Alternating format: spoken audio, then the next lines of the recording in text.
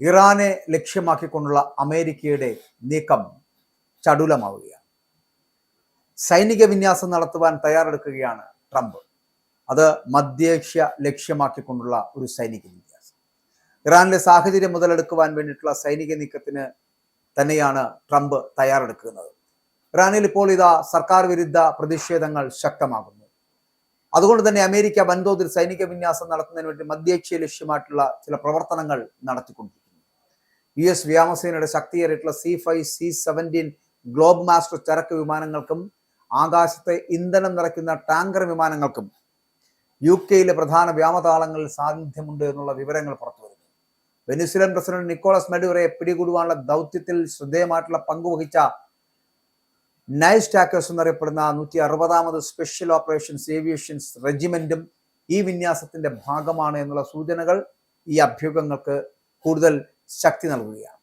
UK American സൈനികർക്ക് പ്രത്യേക പരിശീലനം നൽകുന്നതായിട്ടുള്ള റിപ്പോർട്ടുകൾ അടക്കം പുറത്തു വരുന്നു. ഇറാനിലെ 100ലധികം നഗരങ്ങളിൽ സാമ്പത്തിക പ്രതിസന്ധിയും വിലക്കയറ്റവും ഉയർത്തി ജനങ്ങൾ തെരുവിലിറങ്ങിയ സമയത്താണ് ഈ അമേരിക്കൻ നീക്കം എന്നുള്ളത് ശ്രദ്ധ നേടുന്നു.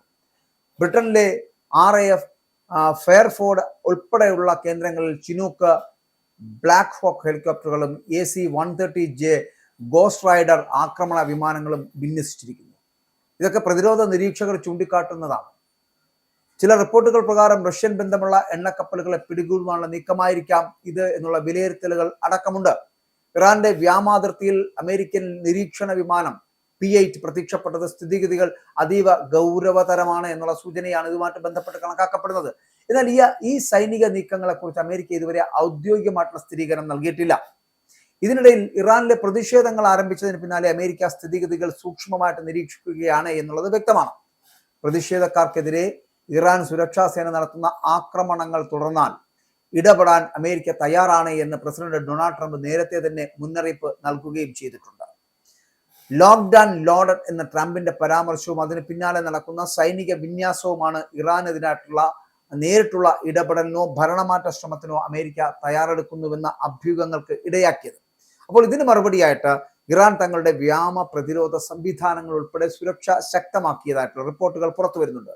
വരാനിരിക്കുന്ന ദിവസങ്ങളിൽ അമേരിക്കയുടെ നിലപാട് എന്തായിരിക്കുമെന്നത് ആഗോള തലത്തിൽ തന്നെ ആശങ്കയോടുകൂടിയാണ് ഇന്ന് നിരീക്ഷിക്കുന്നത്. പക്ഷേ ഇറാനെതിരെ ഈ ലഭിക്കുന്ന ഒരു സാഹചര്യം ഉപയോഗപ്പെടുത്തുവാൻ വെനിസ്വേലയെ കീഴ്പ്പെടുത്തിയതുപോലെ ഇനി ഗ്രീൻലാൻഡിനെ കീഴ്പ്പെടുത്താൻ ശ്രമിക്കുന്നത് പോലെ ഇറാനെ കൂടി വരുതിയിലാക്കി കഴിഞ്ഞാൽ എണ്ണ ഉൽപാദകരുമായിട്ടുള്ള ബന്ധം കൂടുതൽ ശക്തമാക്കാൻ കഴിയും. പലരെയും വീണ്ടും അടിമകളാക്കാൻ കഴിയും. ഇന്ത്യ അടക്കമുള്ള രാജ്യങ്ങളെ സ്വാധീനിക്കാൻ കഴിയും എന്നുള്ള ചില ചിന്തകൾ ട്രംപിനെ വല്ലാതെ ഇപ്പോൾ കുഴപ്പിക്കുന്നുണ്ട്. ഞാൻ ആദ്യം സൂചിപ്പിച്ച ഇറാനിലെ വിഷയങ്ങൾ എന്ന് പറയുന്ന സാമ്പത്തിക പ്രതിസന്ധിയും വിലക്കയറ്റവും ഉയർത്തി ജനങ്ങൾ തെരുവിലിറങ്ങുന്ന സമയമാണ്, പ്രക്ഷോഭം നടക്കുന്ന ഒരു സമയമാണ്. ആ പ്രതിഷേധങ്ങൾ അവിടെ കനക്കുമ്പോഴാണ് മധ്യേഷ്യയെ ലക്ഷ്യമാക്കിക്കൊണ്ട് അമേരിക്ക വൻതോതിൽ സൈനിക വിന്യാസം നടത്തുന്നത് എന്നുള്ളതാണ്. അതിന് പിന്നിൽ ഇറാനെ മാത്രമല്ല ലക്ഷ്യമിടുന്നത് എന്നുള്ളത്. ഏഷ്യൻ രാജ്യങ്ങളിൽ പല രാജ്യങ്ങളെയും അത്തരത്തിൽ ലക്ഷ്യമിടുന്നുണ്ട് ട്രംപ്. ട്രംപിന്റെ ഈ യുദ്ധക്കൊതി ഒരു തരത്തിലും അംഗീകരിക്കാൻ കഴിയുന്നതല്ല. ട്രംപ് നടത്തുന്ന ഈ ശ്രമങ്ങൾ എന്ന് പറയപ്പെടുന്ന ഒരു രാജ്യത്തിന് ഭൂഷണവുമല്ല, ഒരു രാജ്യത്തിന്റെ പ്രസിഡന്റിന് അലങ്കാരവുമല്ല. എന്നിട്ട് കൂടി യുദ്ധത്തിനെ ഇത്രത്തോളം കൊതിയോടുകൂടി വീക്ഷിക്കുന്ന, നിരീക്ഷിക്കുന്ന, അല്ലെങ്കിൽ യുദ്ധത്തെ എത്രയും പെട്ടെന്ന് യുദ്ധം നടപ്പിലാക്കണമെന്ന് ചിന്തിക്കുന്ന ഒരു അമേരിക്കൻ പ്രസിഡന്റ് ചിലപ്പോൾ മുമ്പുണ്ടായിട്ടുണ്ടോ എന്ന് അറിയാൻ കഴിയുന്നില്ല. പക്ഷേ ട്രംപിനെ പോലൊരു പ്രസിഡന്റ് മുമ്പ് ഉണ്ടായിക്കാണില്ല. കാരണം യുദ്ധവെറിയനാണ്, യുദ്ധക്കൊതിയനാണ്. അതുകൊണ്ട് തന്നെയാണ് അമേരിക്ക വൻ സന്നാഹങ്ങൾ ഒരുക്കി ഗ്രീൻലാൻഡ് പിടിച്ചടക്കാൻ ശ്രമിക്കുന്നതും ഇപ്പോൾ ഇറാനെതിരെ വളരെ ശക്തമായിട്ടുള്ള സൈനിക നീക്കം നടത്താൻ ശ്രമിക്കുന്നത്.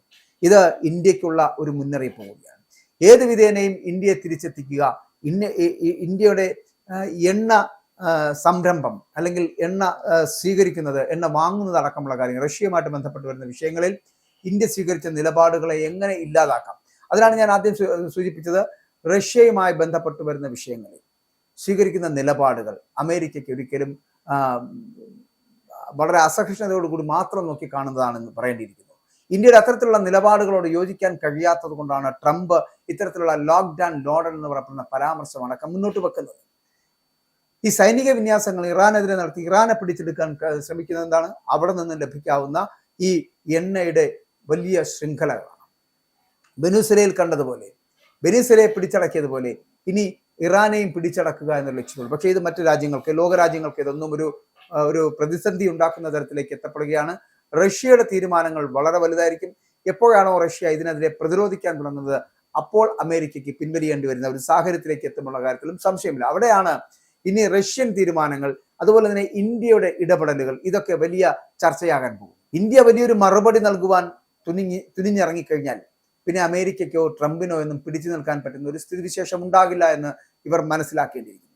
ഇത്തരത്തിലുള്ള അമേരിക്കയുടെ അല്ലെങ്കിൽ ട്രംപിന്റെ ഈ തരത്തിലുള്ള വീരവാദങ്ങൾക്ക് തിരിച്ചു നല്ല മറുപടി കൊടുക്കുവാൻ ഇന്ത്യക്കും ഒപ്പം തന്നെ റഷ്യക്കും കഴിയും. മിനിറ്റുകൾക്കുള്ളിൽ ചാമ്പലാക്കാൻ കഴിയുന്ന തരത്തിലേക്കുള്ള സംവിധാനം റഷ്യക്കും ഇപ്പോൾ ഇന്ത്യക്കും ഉണ്ട് എന്നുള്ള കാര്യം അമേരിക്ക മറന്നുപോകരുത്. അമേരിക്ക നിമിഷ നേരം കൊണ്ട് കത്തിച്ച് ചാമ്പലാക്കാൻ കഴിയുന്ന തരത്തിലുള്ള സംവിധാനങ്ങളുള്ള രാജ്യങ്ങളാണ് ഇന്ത്യയും റഷ്യയും. അവർ തമ്മിലുള്ള ബന്ധവും അത്രത്തോളം ശക്തമാണ്. ഇന്ത്യ മറ്റു രാജ്യങ്ങളുമായിട്ടും ഇതേപോലെ തന്നെ വ്യാവസായികാടിസ്ഥാനത്തിലുള്ള കരാറുകൾ ഏർപ്പെട്ടിട്ടുണ്ട്, വ്യാവസായിക ബന്ധം പുനഃസ്ഥാപിച്ചിട്ടുണ്ട്.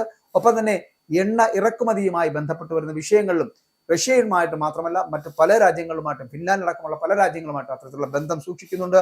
ഒപ്പം തന്നെ അവരുമായിട്ടും വ്യാപാരത്തിൽ ഏർപ്പെടുന്നുണ്ട്. ഇതൊന്നും അമേരിക്കയ്ക്ക് അങ്ങനെ അത്രയ്ക്ക് അങ്ങോട്ട് ഇഷ്ടപ്പെടുന്നില്ല. ആ സാഹചര്യത്തിലാണ് ട്രംപ് ഈ ഇറാനെ അടക്കം പിടിച്ചടക്കുക, വെനിസ്വേല അടക്കം പിടിച്ചടക്കുക, ഒപ്പം തന്നെ ഈ എണ്ണ രാജ്യങ്ങളെയൊക്കെ തൻ്റെ ചൊൽപ്പടിയിലേക്ക് കൊണ്ടുവരുന്നുള്ള ഒരു വലിയ ശ്രമം നടത്തുന്നത്. അതിനുശേഷം മറ്റു രാജ്യങ്ങളെ അല്ലെങ്കിൽ എണ്ണ ഇറക്കുമതി ചെയ്യപ്പെടുന്ന രാജ്യങ്ങളെ തൻ്റെ പരിധിയിലാക്കാമെന്ന് തോന്നുന്നതാണ് ട്രംപിന്റെ ചിന്ത. പക്ഷെ അത് നടക്കില്ല. കാരണം ഇന്ത്യയും റഷ്യയും പോലുള്ള വലിയ രാജ്യങ്ങൾ ഒന്നിച്ചു നിൽക്കുകയും ട്രംപിന് 8ന്റെ പണി കൊടുക്കുകയും ചെയ്യും എന്നുള്ള കാര്യത്തിൽ തർക്കമില്ല.